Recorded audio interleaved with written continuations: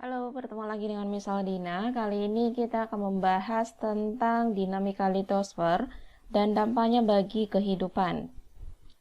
Peristiwa gunung meletus, gempa bumi terjadi pada lapisan kulit bumi atau lapisan litosfer. Lapisan litosfer bumi ternyata bersifat dinamis. Artinya bisa berubah diakibatkan oleh aktivitas bumi itu sendiri dan aktivitas manusia. Seperti apa dinamika litosfer serta pengaruhnya terhadap kehidupan? Yuk kita bahas mengenai karakteristik lapisan bumi. Bisa dilihat pada gambar ilustrasi ini bahwa di sini bisa kita lihat bahwa bumi terdiri dari 3 lapisan utama, di mana lapisan pertama yaitu berupa inti bumi. Inti bumi dibagi dua, ada inti dalam dan ada inti luar. Yang kedua itu berupa lapisan mantel bumi atau yang disebut sebagai astenosfer. Yang ketiga, di mana terjadi aktivitas manusia yang berada di kerak bumi atau disebut sebagai kulit bumi. Kita bahas satu persatu mengenai karakteristik dari lapisan bumi. Yang pertama, inti bumi. Inti bumi tadi ada dua ya, ada inti dalam dan ada inti luar. Ini yang inti dalam, ini yang inti luar. Yang kedua, inti dalam dan inti luar ini mengandung besi dan nikel. Besi dan nikel unsur-unsur yang paling banyak di dalam inti bumi. Untuk ketebalannya sendiri, inti bagian dalam itu ketebalannya lebih kurang 1200 km, sedangkan untuk inti luar kedalamannya atau tebalnya sekitar 2250 km. Mengenai suhu inti bagian dalam lebih kurang 4800 Celcius, serta untuk inti bagian luar sekitar 3900 derajat Celcius. Bisa dibayangkan kisaran panasnya di bagian inti bumi. Bagian kedua adalah mantel bumi atau astenosfer. Sama halnya dengan inti bumi, di mantel bumi juga dibagi dua, ada mantel atas dan ada mantel bawah. Di mantel bumi sendiri lebih banyak kandungan magnesium serta silikat atau silikon. Dan yang ketiga, untuk suhu yang ada di sekitaran mantel bumi berkisar antara 1300 sampai 3000 derajat Celcius. Artinya semakin keluar dari inti bumi, suhunya akan semakin dingin. Yang ketiga, tempat aktivitas manusia, di mana ini dibagi menjadi dua, ada kerak benua dan kerak samudra. Kerak benua berarti lapisan kulit bumi pembentuk daratan, pegunungan, dan yang lainnya. Kalau kerak samudra, pembentuk lapisan dasar laut. Untuk kerak samudra sendiri, mengandung unsur batuan berupa silisium dan magnesium, di mana berupa batuan beku basaltis. Dan untuk kerak benua, mengandung unsur silisium aluminium yang sifatnya padat, yang terdiri dari batuan beku, batuan sedimen, serta batuan metamorf. Batuan beku, sedimen, dan metamorf ini dia akan mengalami siklus. Yuk kita lihat bagaimana terbentuknya siklus batuan yang ada di kerak bumi. Yang pertama diawali dari magma. Magma yang terdapat di dalam gunung api ataupun yang berada di bawah kerak bumi akan keluar melalui letusan gunung Merapi mengalami pendinginan, maka akan terbentuk batuan beku. Setelah batuan beku terbentuk, batuan tersebut mengalami proses pelapukan, baik itu secara fisika ataupun kimia, menghasilkan sedimen. Adapun batuan beku yang dekat posisinya dengan dapur magma akan berubah kembali menjadi magma.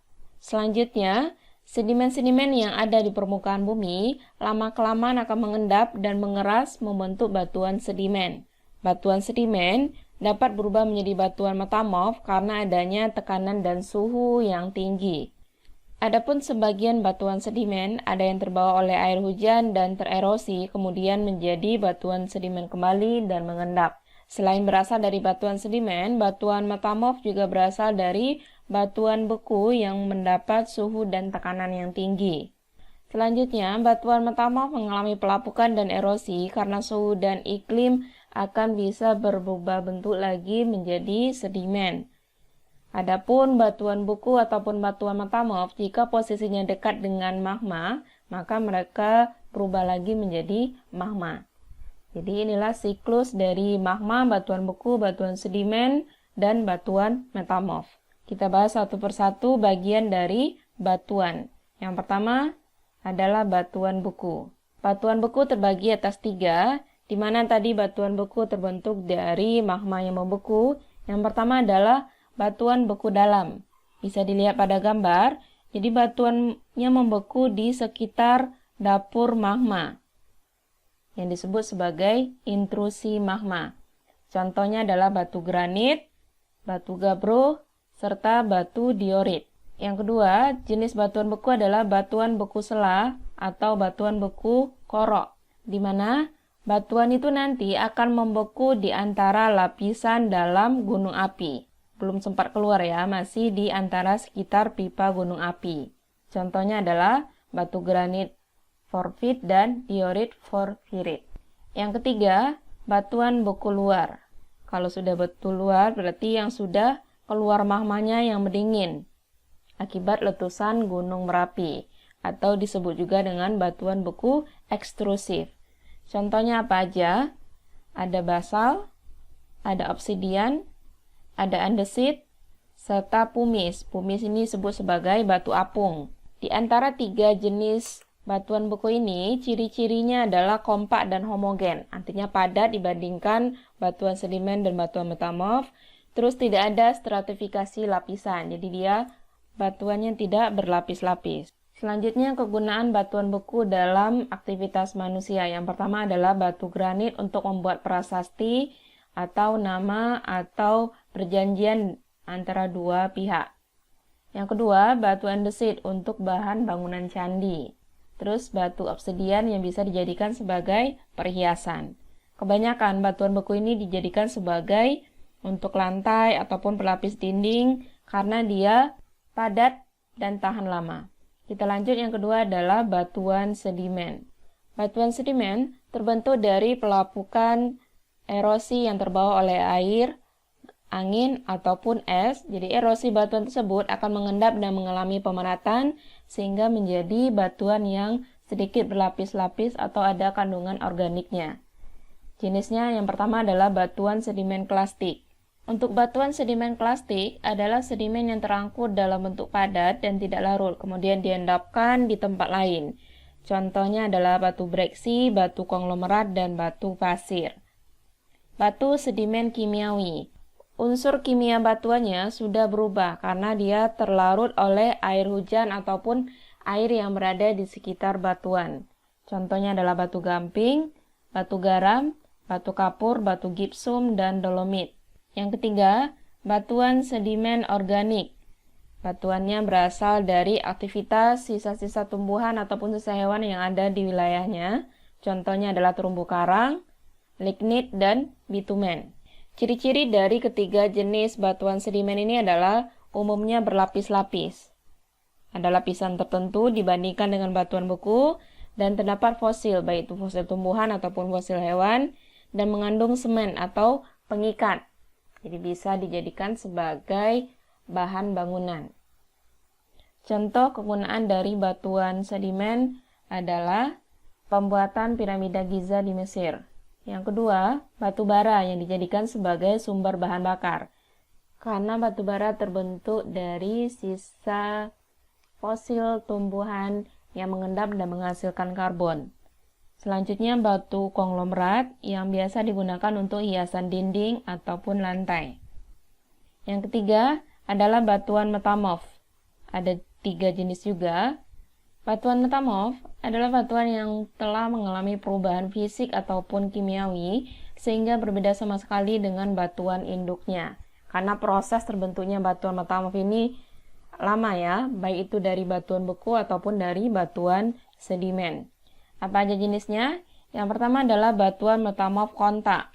Kontak ini yang dipengaruhi oleh suhu yang tinggi. Kenapa bisa dipengaruhi oleh suhu yang tinggi? Biasanya batuan metamorf ini berada dekat dengan dapur magma. Contohnya adalah marmer, pualam, dan kuarsit. Selanjutnya adalah batuan metamorf dinamo. Ini dipengaruhi oleh tekanan yang tinggi. Batuan metamorf ini banyak ditemui di daerah patahan ataupun lipatan akibat dari aktivitas kerak bumi. Contohnya ada batu antrasit serta batu sabak. Yang ketiga adalah batu metamorf pneumatolitis kontak. Bisa dilihat di sini ada berbagai jenis warna yang terdapat pada batuan metamorf pneumatolitis kontak karena dipengaruhi oleh suhu dan tekanan yang tinggi. Ada turmalin, ada azurit, gneiss, skis, dan topas. Turmalin dan topas itu termasuk dari jenis batuan yang bernilai ekonomi tinggi. Apa aja kegunaan dari batuan metamorf? Yang pertama, batu kuarsa bisa dijadikan sebagai bahan baku untuk pembuatan kaca jam tangan. Ada batu marmer yang dijadikan sebagai untuk lantai ataupun dinding. Ini papan tulis yang digunakan pada zaman dahulu yang menulis di atas batu. Jadi itulah informasi mengenai karakteristik lapisan-lapisan bumi serta siklus batuan dari batuan beku, batuan sedimen, serta batuan metamorf. Sampai ketemu di video selanjutnya. Terima kasih.